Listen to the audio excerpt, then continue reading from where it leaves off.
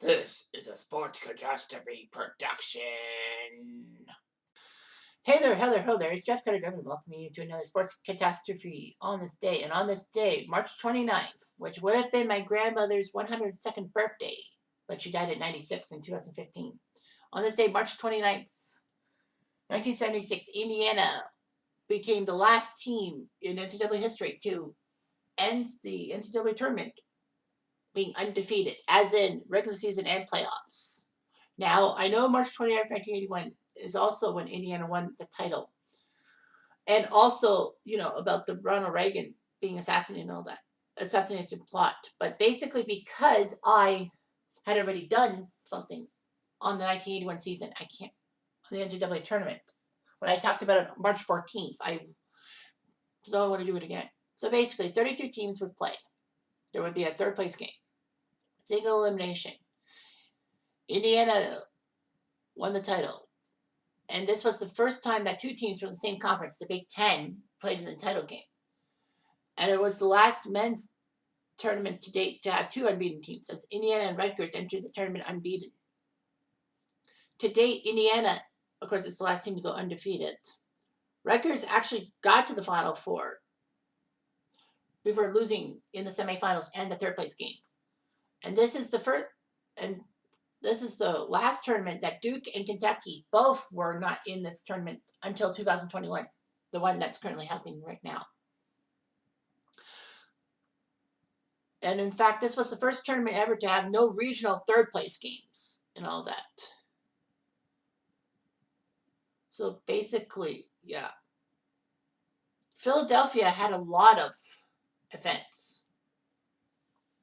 happening because of America's Bicentennial. Philly hosted the NBA All-Star Game, the NHL All-Star Game, and the Major League All-Star Game. I didn't know Philly hosted the NHL All-Star Game in 76. I know for certain that Philadelphia hosted a couple of games for the 1976 NHL Finals because the Flyers went to the third straight finals in 76 before being swept by the Montreal Canadiens. And the Phillies were close to going to the 76 World Series, but they lost to the Reds in the LCS. I don't know how the Sixers did in the NBA in 76. I know it was Boston versus Phoenix for the title. And football, the Eagles suck. So anyway, there were a lot of tournaments. Philly became the 15th city to host the Final Four. All that. So the bracket went like that. They didn't really have a seeding system. In the East region, Rutgers went to the Final Four. They took care of Princeton, Connecticut, and VMI. So basically, there was 8 teams per region and all that. So yeah, VMI, wow. Virginia Military Institute took care of Tennessee and DePaul. Man. In the Midwest region, Michigan beat Missouri by 7 after beating Wichita and Notre Dame.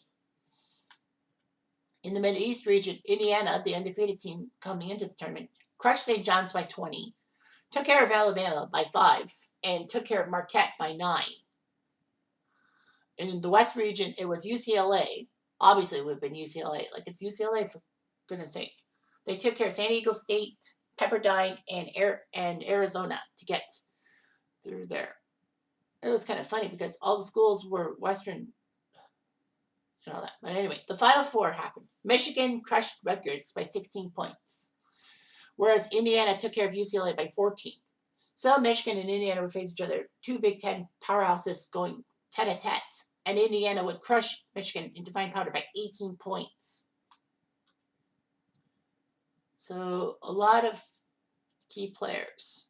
Some key players who were part of Bobby Knight's 1976 championship team were Quinn Buckner, Bob Bender, Scott May, and Kent Benson, who was the MOP, the MVP of the Final Four. It was amazing and all that, Benson went on to a decent NBA career. Scott May, a lot of people thought Scott May was one of the stars for the 2005 North Carolina team, but that was his son, Sean May. Quinn Buckner, great analyst and all that. So yeah, Indiana did fantastic for themselves. I mean, going undefeated in a tournament is really hard. Believe me. But anyway, so hail to Indiana. I'm Jeff Diamond. Adieu.